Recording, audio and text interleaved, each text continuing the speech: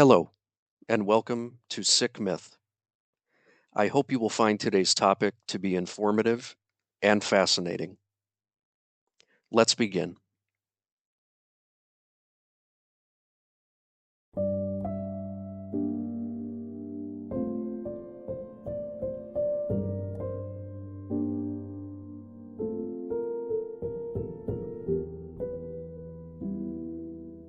On May 21st, 2000, at approximately 11:28 Eastern Daylight Time, a British Aerospace Jetstream 3101 crashed into mountainous terrain in the Pocono Mountains, not far from Wilkes-Barre, Pennsylvania. The airplane was destroyed by impact and a post-crash fire. 17 passengers and 2 flight crew members were killed.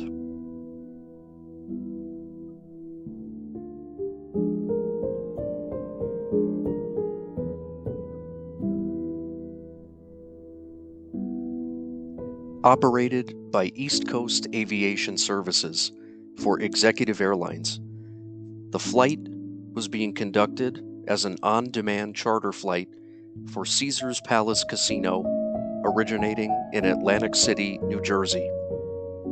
On board were 17 passengers, identified as professional gamblers, and 2 crew members. The Jetstream 3101 was assigned to fly its passengers from Atlantic City, New Jersey, to the Wilkes-Barre Scranton International Airport in Avoca, Pennsylvania, and return to Atlantic City later in the day. On the day of the accident, the airplane flew from Republic Airport in Farmingdale, Long Island, New York, to Atlantic City International Airport. Fuel records at Farmingdale indicated that 90 gallons of fuel were added to the airplane's tanks before departure to Atlantic City International. Fuel facility records at Atlantic City International indicated that no additional fuel was added in preparation for its ill-fated journey to Wilkes-Barre Scranton. The aircraft departed Atlantic City International around 10:30 a.m. The pilots first contacted approach controllers at Wilkes-Barre Scranton International Airport about 30 minutes later and were vectored for an instrument landing system approach to runway 4. The flight was cleared for approach at 11:02 a.m. At around 11:07 a.m., the plane made its first attempt to land, which was unsuccessful. The captain reported executing the missed approach, but provided no explanation to air traffic controllers. The crew then started its second approach toward Wilkes-Barre Scranton, runway 4. The flight was approved for another approach, and at 11:10 a.m., the approach controller advised the pilots of traffic 2 nautical miles away at 5,000 feet. The captain responded that they were in the clouds. At 11:14 a.m., the controller directed the pilots to reduce speed and follow another aircraft on approach to the airport. The captain responded, "Okay, we're slowing." The flight was cleared for a second approach at 11:20 a.m. and advised to maintain 4,000 feet until the airplane was established on the localizer.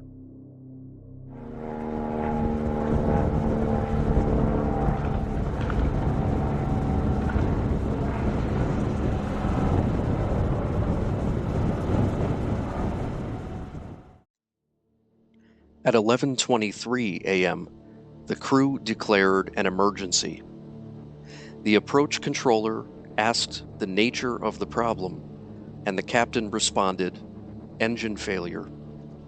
The approach controller acknowledged the information, informed the pilots that the airplane appeared to be off course to the right, and asked if they wanted a vector back to the localizer course.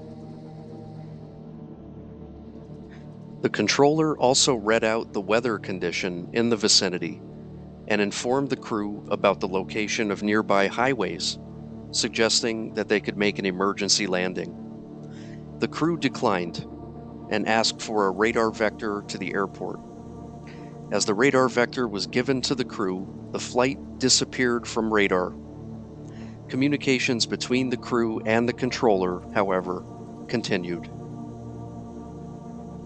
At 11:27 a.m., the crew reported that they had gotten back their left engine and radar contact was reestablished.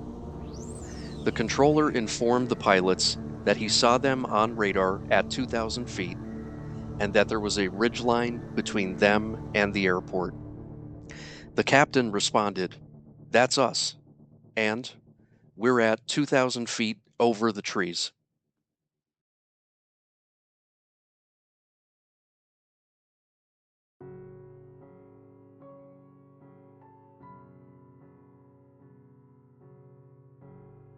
Seconds later, the captain transmitted, "We're losing both engines." 2 seconds later, the controller advised that the Pennsylvania Turnpike was directly below the airplane and instructed the flight crew to let me know if you can get your engines back. There was no further radio contact with the airplane.